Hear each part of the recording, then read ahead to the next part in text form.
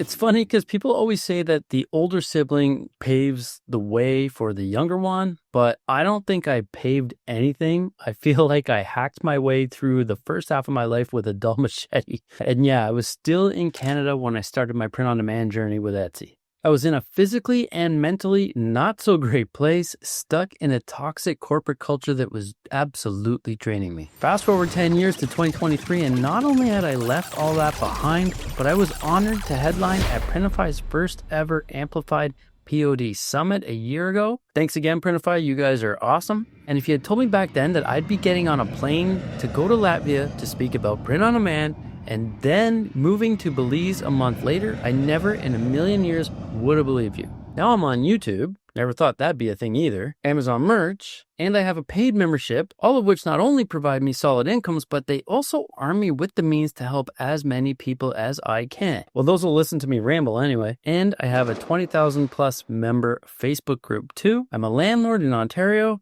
and we have property in Belize. And of course, I'm still selling with Etsy and Printify. And now I make enough to actually invest into savings for retirement, something that was one of the biggest reasons for me not exiting the toxic corporate rat race even earlier. Well, that and all the naysayers I was listening to telling me I was crazy to throw away a good career at the bank with pension and benefits just to have a little t-shirt hobby. To be clear, this isn't a brag post. It's to let you know that good things will happen and even build on top of each other in a big, big way if you step out of your comfort zone. I didn't have a 10-year plan. I had more like a 10-day plan.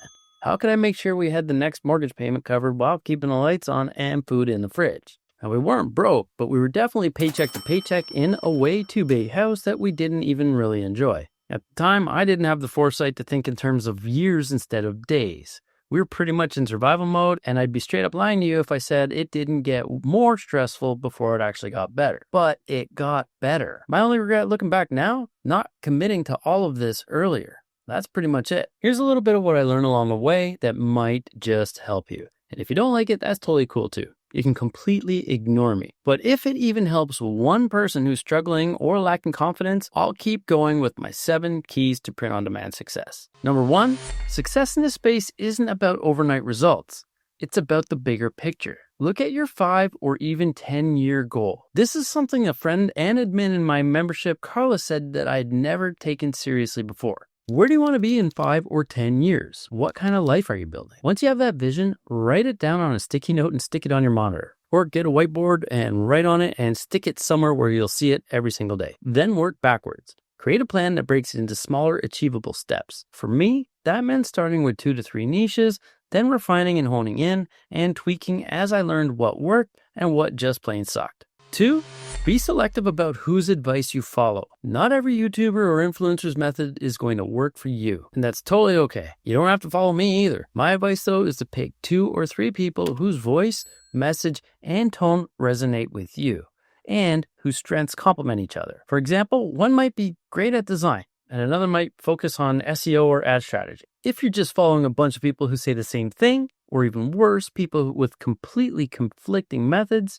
you're wasting your time and setting yourself up for frustration and ultimately failure. Number 3 is put the blinders on and give it a real solid year. I can't stress this enough. No switching methods every 2 or 4 months. That will legit get you nowhere.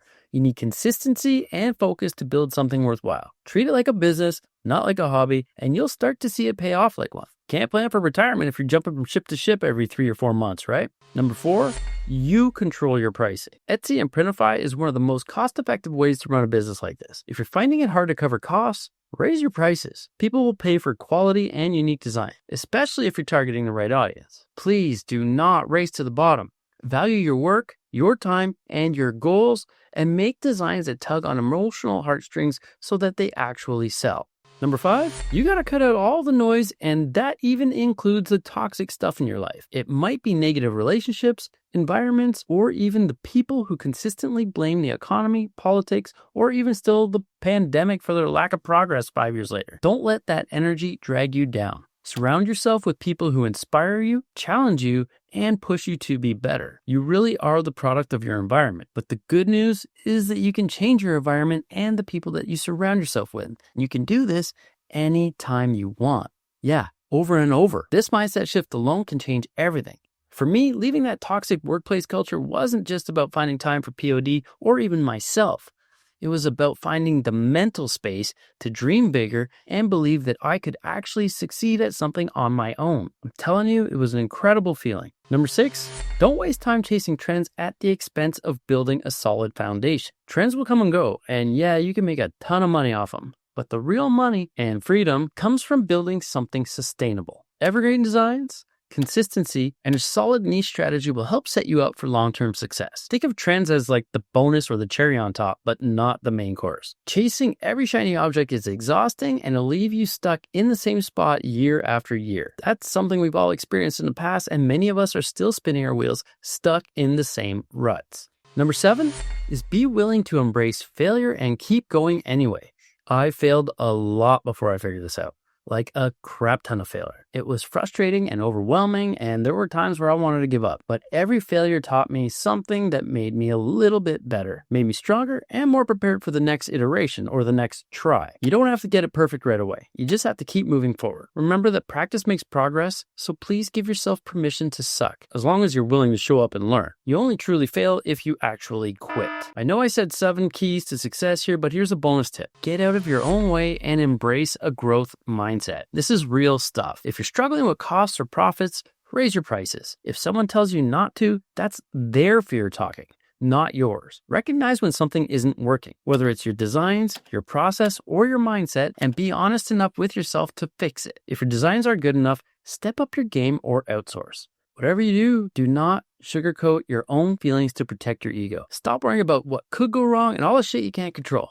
You cannot control every little thing. You can't control whether a customer is having the crappiest day of life, which might lead them to a 1-star review, even though you did absolutely everything right. So why waste any energy on it? Focus on the things you can control and try your best to give yourself as much of an opportunity for things to actually go right. Things like your effort, your designs, your consistency, and your customer service.